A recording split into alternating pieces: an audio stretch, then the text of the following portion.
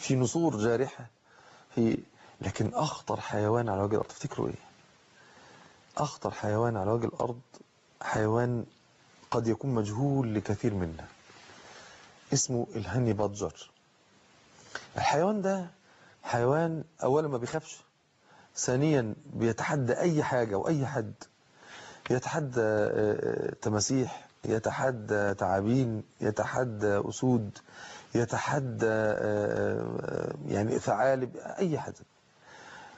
هو حاسس بنفسه، وهو للأسف يعني جريء جدا مع صغر حجمه. حجمه صغير، يعني لما تشوفه بعد ما لا يمكن بعد ما نشوفه دلوقتي انتوا طبعا مش هتتصوروا حجمه. هو ده اخطر حيوان في الدنيا. هو ده. لا، هو فعلا هتكتشف ان هو اخطر حيوان في الدنيا. حيوان ما بيأثرش فيه السم، يعني ممكن يتسم وما يموتش. حيوان بيتحدى التعابين السامة والقاتلة اللي الأسود بتخاف منها، هو ما بيهموش، بياكلها. وهتشوفوا حاجة طريفة في آخر الفيلم. لكن تعالوا نشوف، خلينا نشوف عمليا كده هو ازاي أخطر حيوان على وجه الأرض. اتفضل. ده الهاني بادجر. شوفوا، شوفوا بيجري ورا الأسود وبيجري ورا الثعالب. مخيف ومرعب لكل الحيوانات مع انه حجمه صغير، بس هو مش كده. يعني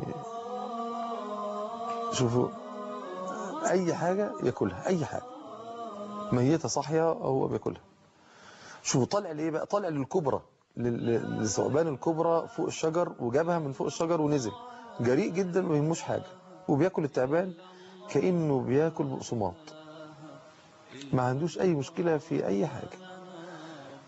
ويحفر في الارض، يجيب الحيوانات اللي في الجحور. شوفوا بياكل الثعبان، بياكل الفئران، بياكل، ما عندوش مشكلة في اي حاجة. شوفوا حط فمه وانفه وعينه كمان داخل الجحور والاراضي. شوفوا عامل فحر قد ايه، سبحان الله العظيم. وهيدخل للنحل في جحره،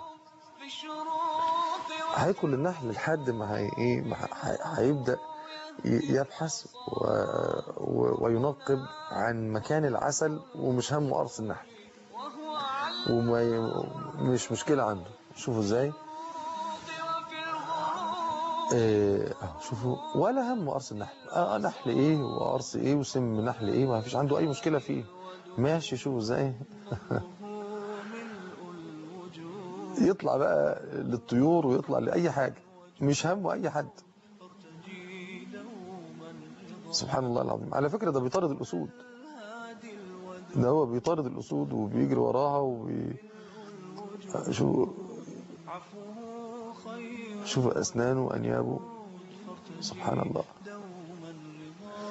هنا الهاني بادجر ده، الهاني بادجر ده يعني هيروح يصطاد تعبان سام وقاتل. لو لمس مخلوق بسمه يموت. ولكن الهاني بادجر ده هيحصل ايه؟ شوفوا ازاي، ده الكبرى، الكبرى دي ما بتهزرش.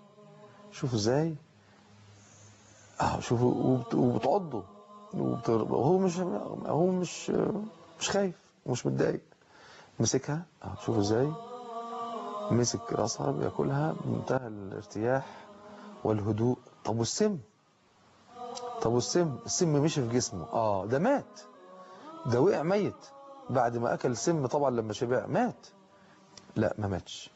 المفاجأة انه بعد 4 ساعات جسمه هيكتسب مناعة تانية ضد السم اللي خده، وهيقوم فايق، وكأنه يعني ايه، كان بيحل بالسم ده، ويكمل على التعبان وبقية التعبان وما يحصلوش حاجة.